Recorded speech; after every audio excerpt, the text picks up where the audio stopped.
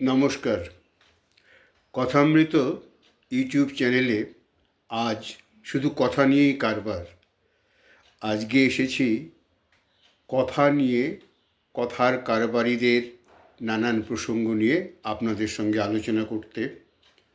আচ্ছা, আজকের এই ব্যাপারটা ওই অনেকটা শুষ্কম কাষ্টম তিষ্ঠতি অগ্রে।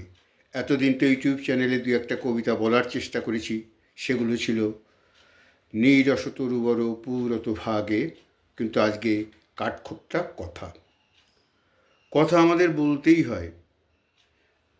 জন্ম থেকে মৃত্যু, যখন থেকে কথা বলা শিখেছি এবং যতদিন পর্যন্ত কথা বলতে ক্ষমতা থাকে আমাদের কথা বলেই যেতে হয়। এবং আমাদের চারদিকে এই কথার সমুদ্র। এই কথার সমুদ্রের মধ্যে কথায় কথায় সংঘাত, কথায় কথায় হাতাহাতি, কথায় কথায় মারামারি। আবার এই কথাতেই বিশ্বজয়, এই কথাতেই ভুবন জয়। কাজেই এই কথা খুব একটা ফেলনা জিনিস নয়। আমাদের প্রাত্যহিক জীবনে চারদিকে এই কথাগুলোর দিকে আমরা চিন্তা ভাবনা করলে বা তাকিয়ে দেখলে নানান রং, বিচিত্র অনুভব, অনুভূতি আমাদের মনে দোলা দিয়ে যাবে। আচ্ছা বলুন তো, 8 থেকে 80 আমরা সবাই যারা কথা বলি, আমরা কি কথা রাখি? বেশিরভাগ ক্ষেত্রেই উত্তরটা না। কথা না রাখাটাই একটা কথা বলার আর্ট বা সৌন্দর্য বলুন, স্টাইল বলুন, এটাই এখন হয়ে দাঁড়িয়েছে।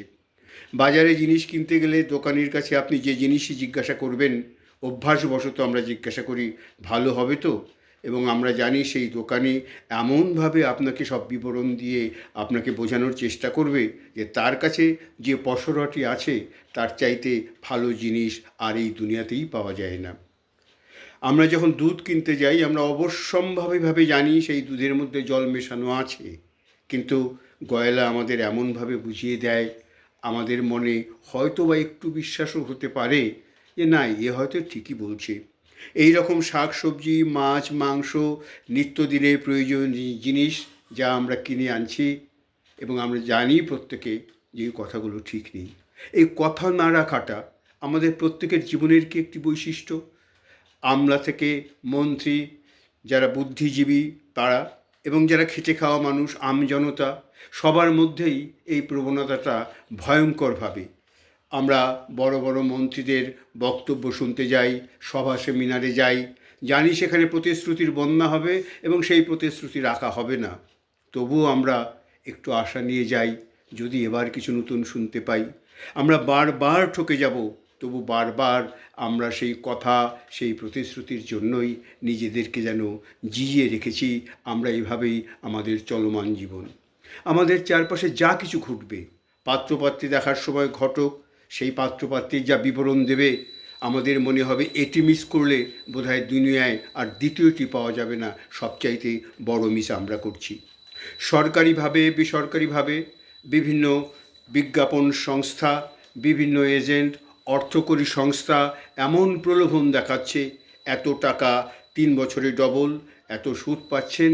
আমরা কখনো কখনো একটু বিভ্রান্ত হয়ে পড়ি এবং কখনো কখনো সেই জালে জড়িয়ে পড়ে আমাদের এই সমাজের অনেকেই আমরা নিঃসম্বল, সহায়হীন হয়ে যাই। এভাবে কথায় বারবার ভুলে যাওয়া, কথায় বারবার ঠকে যাওয়া আমাদের এই যে দৈনন্দিন জীবনের এই যে যন্ত্রণা বলুন বা বিভিন্ন অনুভূতি বলুন, এর থেকে আমাদের মুক্তি কোন পথে? কাউকে দোষ দিয়ে লাভ নাই। সমাজ, সংস্কার, রাজনীতিবিদ, আমরা যাকেই বলবো তার দিকে আঙুল তুলব, সে অন্যদিকে আঙুল তুলবে। এইভাবে আঙুল তোলা, একে অপরের ঘাড়ে দোষ চাপিয়ে দেওয়ার সেই চিরন্তন সেই বৈষম্যের মধ্য দিয়েই আমরা এগিয়ে যাচ্ছি আমাদের এই চলমান দুনিয়ায়। কাজেই আচ্ছা, আমরা কি পারি না আমরা নিজেদের কথা অন্তত একটু ঠিক করি? কারণ আমরা কাউকে যদি বলি ঠিক আছে 8টায় যাব, এবং আমরা অবশ্যই সেখানে 8টায় না গিয়ে কিছুক্ষণ পরে যাব, গিয়ে বলবো রাস্তায় টোটো পাইনি, জ্যাম ছিল, বেরোনোর সময় ছোট নাতিটা একটু কাপড় টেনে ধরলো, যেতে দিল না, এই রকম নানান রকম অজুহাত।